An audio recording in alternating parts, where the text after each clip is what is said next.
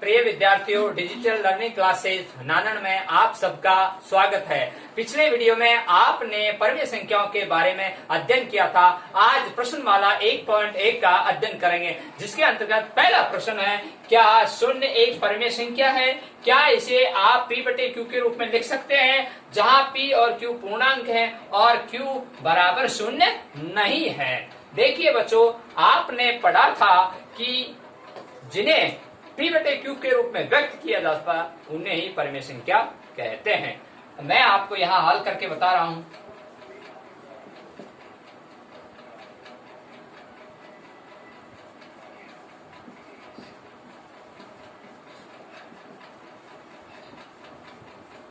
p बटे q के रूप में व्यक्त करना अर्थात अंश बटे हर। देखिए बच्चों, यहां लिखा कि p बटे q के रूप में क्या शून्य एक परमीय संख्या है? इसे आप p बटे q के रूप में लिख सकते हैं, जहां p और q पूर्णांक है। जहां p और q पूर्णांक है, लेकिन q बराबर शून्य नहीं है।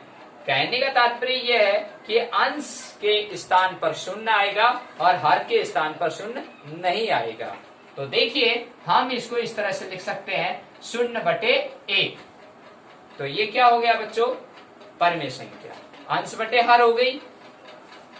प्रश्न में लिखा q बराबर शून्य नहीं होना चाहिए, तो यहाँ पर q बराबर हर है, तो हर आपका शून्य नहीं है।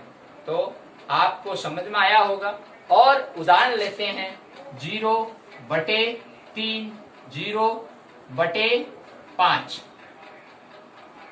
आपको यह प्रश्न समझ में आया। अगला प्रश्न, प्रश्न नंबर 2।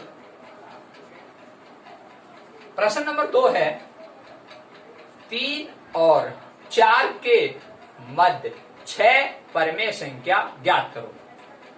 3 और 4 के मध्य 6 परमीय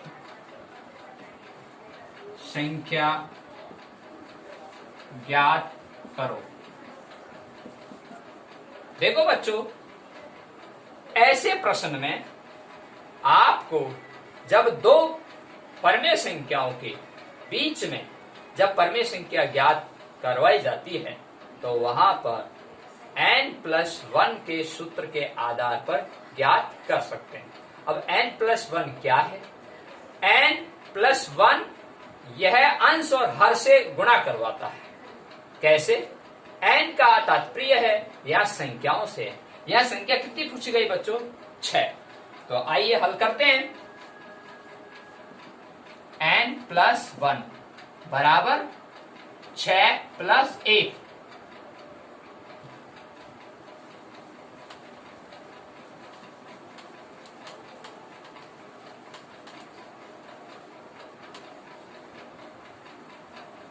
n+1 बराबर 6 + 1। मैंने बोला था कि अंश और हर को n+1 से गुणा करना है, तो अंश बटे हर को n+1 से गुणा करना है।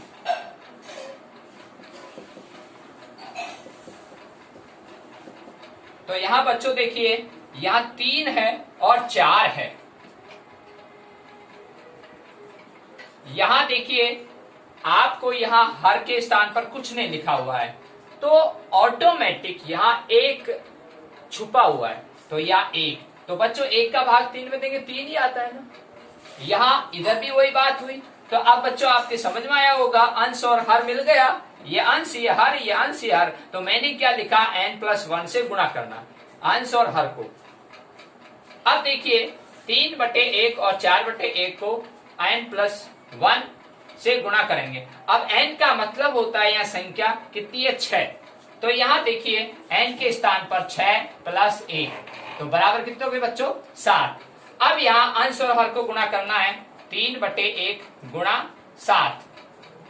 इस तरह से आप कर सकते हैं। तो 7 को 3 से गुणा किया 21, 7 को 1 से गुणा किया 7।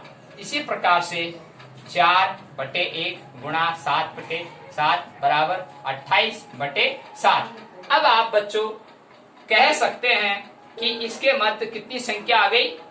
देखिए 21/7 और 28/7 इसके मध्य, इनके बीच 21/7 के बाद 22/7, 23/7, 24/7, 25/7, 26/7, फिर 28/7।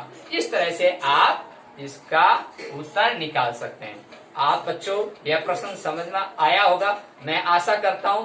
अब अगला प्रश्न आपको हल कराते हैं। अगला क्वेश्चन आपका प्रश्न नंबर 3/5 और 4/5 के बीच 5 परिमेय संख्या ज्ञात कीजिए। अभी अभी आपने प्रश्न नंबर 2 हल किया था, उसी प्रकार से प्रश्न नंबर 3 हल होगा। तो मैंने आपको बताया कि अंश बटे हर को n+1 से गुणा करके हम इनके मध्य परिमेय संख्या ज्ञात कर सकते हैं। आइए हल। 3/5 व 4/5 को n+1 से गुणा करने पर, देखिए बच्चों यहाँ 3/5 गुणा n+1, यहाँ n का मतलब संख्या है, तो कितनी संख्या पूछी 5, तो यहाँ 5 लिखेंगे। 5 + 1 बराबर कितनी आ गई बच्चों 6। तो मैंने बोला कि अंश बटे हर को n+1 से गुणा, तो n+1 बराबर 6 आ गया, तो यहाँ 6 से गुणा करेंगे। इस तरह से आप लिख सकते हो, अंश को भी 6 से और को भी 6 से। तो देखिए 6 तिया 18 और 6 पंजो 30। ठीक इसी प्रकार से अगली संख्या 4/5 गुणा 6/6, तो 6 चौकू 24, 6 पंजो 30। तो यहाँ हर समान हो गए। हर समान होने पर ही अपन इनके मध्य संख्या ज्ञात कर सकते हैं। तो देखिए बच्चों 18/30 और 24/30 के मध्य कितनी पूछी है, 5 ही संख्या पूछी है। तो यहाँ लिख सकते हैं आप 19/30, 20/30, 21/30, 22/30। इस तरह से आप संख्या ज्ञात कर सकते हैं। और यह आपका सवाल मैं आशा करता हूं कि आपको यह प्रश्न समझ में आया होगा। हाँ बच्चों, अगला प्रश्न देखिए, प्रश्न नंबर 4।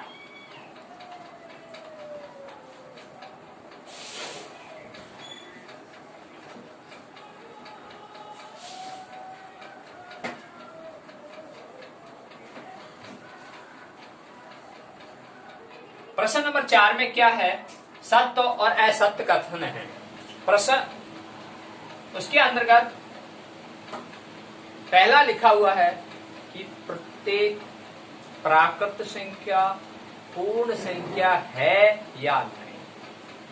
देखिए बच्चों, प्राकृत संख्या मैंने आपको पिछले वीडियो में बताया, प्राकृत संख्या वे होती हैं जिन्हें 1 से लिखा जाए, जो आप पिछली कक्षाओं में पढ़ के आए। गिनती 1 2 3 4 5 अनंत तक चलती है, उन्हें प्राकृत संख्या कहते हैं। प्रश्न ये था कि प्रत्येक प्राकृत संख्याएं पूर्ण संख्याएं होती हैं या नहीं।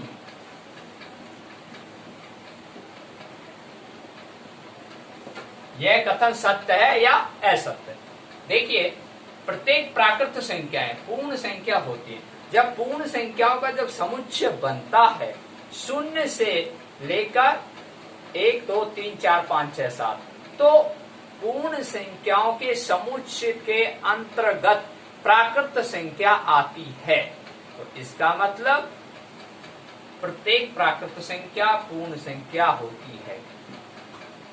सत्य है ये कथन। देखिए फॉर एग्जाम्पल, यहाँ पूर्ण संख्या 0 1 2 3 4 5 ये अनंत, ये इसका समुच्चय है। प्राकृत संख्याएं 1 2 3 4 5 और ये अनंत, ये संख्याएं इसमें मिल रही हैं। तो ये हम कह सकते हैं प्रत्येक प्राकृत संख्याएं पूर्ण संख्याएं होती हैं। यह कथन सत्य है। अगला क्वेश्चन चौथे का ही दूसरा, प्रत्येक पूर्णांक एक पूर्ण संख्या होती है। प्रत्येक पूर्णांक एक पूर्ण संख्या होती है।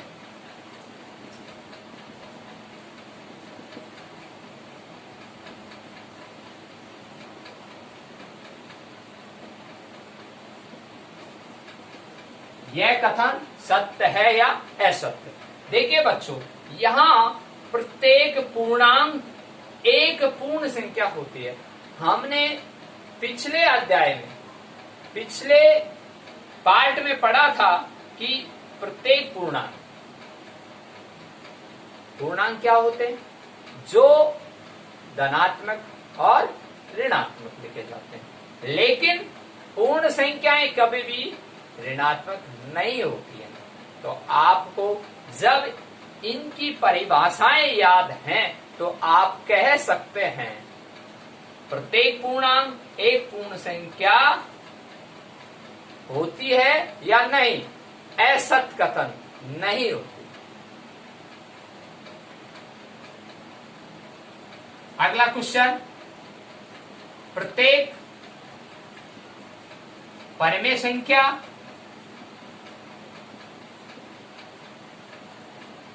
एक पूर्ण संख्या होती है। अगला क्वेश्चन था कि प्रत्येक परिमेय संख्या एक पूर्ण संख्या होती है। देखिए बच्चों, प्रत्येक परिमेय संख्या किन्हें कहते हैं? जो P/Q के रूप में व्यक्त की जाती है उन्हें ही परिमेय संख्या कहते हैं। लेकिन प्रश्न क्या कह रहा है? प्रत्येक परिमेय संख्या एक पूर्ण संख्या होती है? नहीं होती। यह कथन भी असत्य है। क्योंकि पूर्ण संख्या शून्य से स्टार्ट होती है और वहां पर कोई परिमेय संख्या नहीं होती है। परिमेय संख्या अलग है, पूर्ण संख्या अलग है। तो यह कथन असत्य। चलो हाँ, देखिए बच्चों, मैं इनका यहाँ शॉर्टकट में उत्तर है। पहले का सत्य है, इसका असत्य है और इसका भी असत्य है। मैं आशा करता हूं ये प्रश्नमाला 1.1 के चारों प्रश्न आपको अच्छी तरह समझ में आए होंगे। आप से फिर अगले वीडियो में इसी डिजिटल लर्निंग क्लासेस पर चर्चा करें।